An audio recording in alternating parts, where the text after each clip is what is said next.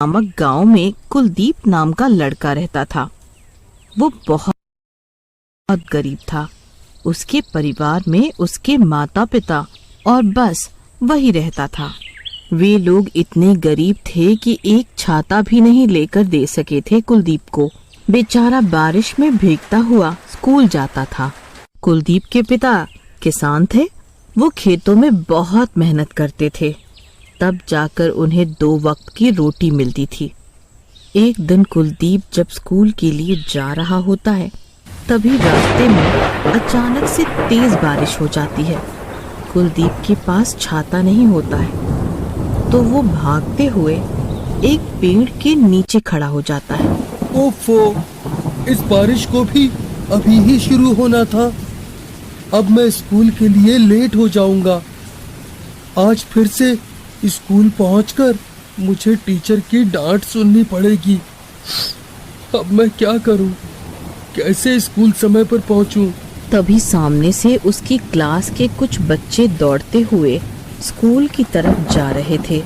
सभी बच्चों के हाथों में अपने अपने छाते थे। काश मेरे पास ऐसा ही एक छाता होता, तो मैं भी बारिश की वजह से स्कूल के लिए लेट नहीं होता और ना ही मुझे टीचर की डांट सुननी पड़ती कभी भी। क्यों ना इनसे मदद मांग के देखूं, क्या पता कुछ मदद मिल ही जाए। हे, हे, सुनो, रुको। उसके सारे साथी आवाज सुनकर रुक जाते हैं और पीछे की ओर पलट कर देखते हैं। सुनो दोस्तों, मुझे भी अपने साथ इस छाते से स्कूल ले चलो, क्योंकि मेरे पास कोई छाता नहीं है और बारिश भी बहुत तेज हो रही है। पता नहीं कब तक बंद हो, इसलिए मेरी सहायता करो। तुमसे कितनी बार बोला है कि अपना छाता खरीद लो? कब तक दूसरों से भीख मांगते रहोगे? मेरे पिता ने कहा है कि वह मुझे अगले बसंत में छाता लाकर जरूर देंगे। कृपया आप मेरी मदद करो, वरना आज फिर से टीचर मुझे डांटेगी। तुम सब तो मेरे साथी हो ना, तो क्या अपने साथी की मदद नहीं करोगे? हमें नहीं पता। देखो कुलदीप, तुम्हारी समस्या तुम खुद ही जानो। हम तुम्हारी कोई मदद नहीं करेंगे और अब हमें वापस रोककर हमें स्कूल के लिए लेट ना कराओ। चलो दोस्तों, चलते हैं यहाँ से जल्दी, वरना हमें भी स्कूल के लिए देरी हो जाएगी और हमें भी इस कुलदीप की तरह टीचर की डांट सुननी पड़ेगी।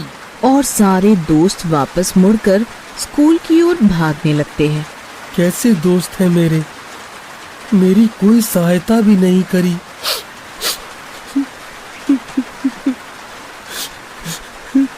अब मेरे पास और कोई चारा भी नहीं है। मुझे इस पेड़ के नीचे रुककर ही बारिश बंद होने का इंतजार करना पड़ेगा। थोड़ी देर बाद ही बारिश बंद हो जाती है। कुलदीप बारिश के रुकते ही खुश हो जाता है। दुखी कुलदीप खुशी से बोलता है, चलो अब मैं जल्दी से भागकर स्कूल पहुंच जाता हूँ, वरना क्या पता बारिश कब फिर से शुरू हो जाए। कहता हुआ भागते भागते हुए स्कूल पहुंच जाता है और अपनी क्लास के बाहर पहुंचकर, आज तो मैं इस बारिश की वजह से बहुत लेट हो गया। मे आई कम इन टीचर जी? नहीं, रुको। क्या तुम्हें स्कूल आने का समय नहीं मालूम है? जी मालूम है टीचर। तो फिर इतना लेट क्यों हो गए? क्लास को शुरू हुए कितना टाइम हो गया? बताओ, फिर लेट क्यों हो गए? टीचर, मैं घर से तो सही समय पर ही निकला था, परंतु रास्ते में ही तेज बारिश शुरू हो गई। मेरे पास छाता न होने के कारण मुझे वहीं रास्ते में एक पेड़ के नीचे रुककर ही बारिश के बंद होने का इंतजार करना पड़ा। जैसे ही बारिश बंद हुई, मैं भागता भागता स्कूल आ गया। अरे कुलदीप बेटा, तुमसे कितनी बार कहा है कि अपने माँ बाप से कहकर अपने लिए एक छाता मंगवा लो। जिससे कि तुम्हें स्कूल आने के लिए देरी ना हो। ठीक है टीचर जी। थोड़ी देर बाद स्कूल की छुट्टी हो जाती है। कुलदीप उदास होता हुआ घर की तरफ वापस आ रहा होता है। तभी उसे रास्ते में एक सुंदर छाता पड़ा दिखाई देता है। अरे ये क्या, इतना सुंदर छाता और सड़क पर नीचे पड़ा हुआ है। शायद गिर गया होगा किसी का। चलो कोई नहीं, मुझे वैसे भी एक छाते की जरूरत थी। कहते हुए छाता हाथ में उठा लेता है। वो जैसे ही छाते को खोलता है तो अचानक से छाता आकाश में ऊपर की ओर उड़ने लगता है। अरे बाप रे, ये क्या है? ये छाता इतना ऊंचा आकाश में कैसे उड़ा जा रहा है? अरे कोई रोको इस छाते को, ये मुझे उड़ाकर कहाँ ले जा रहा है?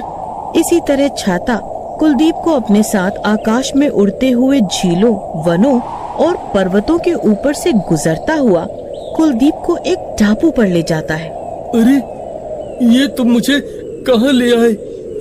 ये कौन सी जगह है जहाँ पर कोई भी नहीं है? कि जोर जोर से हंसने की आवाज आती है।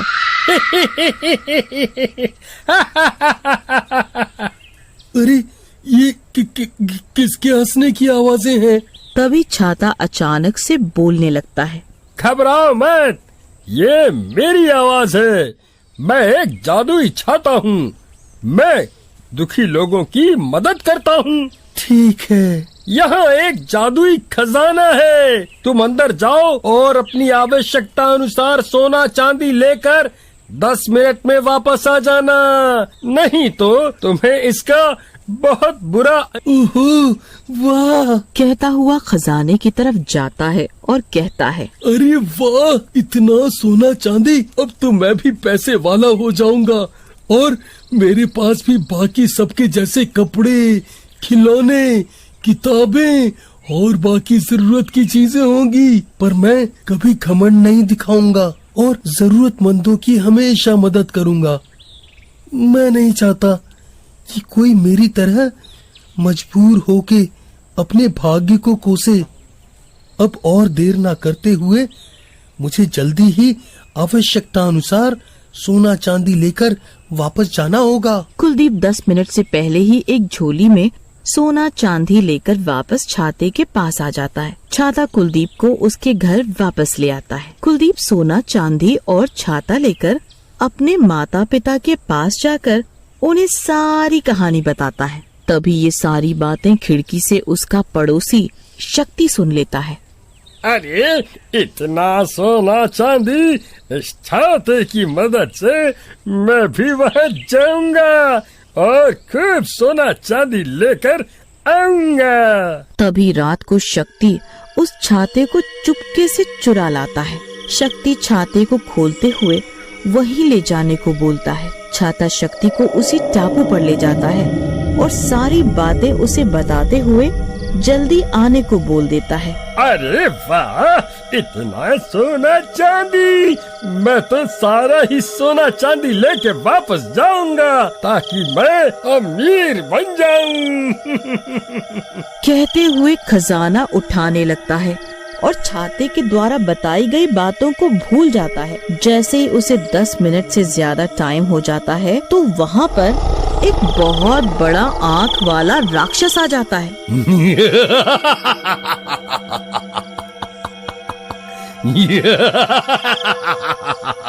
कौन है तू? तेरी इतनी हिम्मत कैसे हुई यहाँ आने की, मेरे खजाने को हाथ लगाने की? इतना कहकर राक्षस शक्ति को मार देता है। उधर छाता वापस कुलदीप के पास पहुंच जाता है और कुलदीप का परिवार बहुत सुख से रहने लगता है। शिक्षा: इस कहानी से हमें ये सीख मिलती है कि हमें कभी भी लालच नहीं करना चाहिए। लालच का फल बहुत बुरा होता है।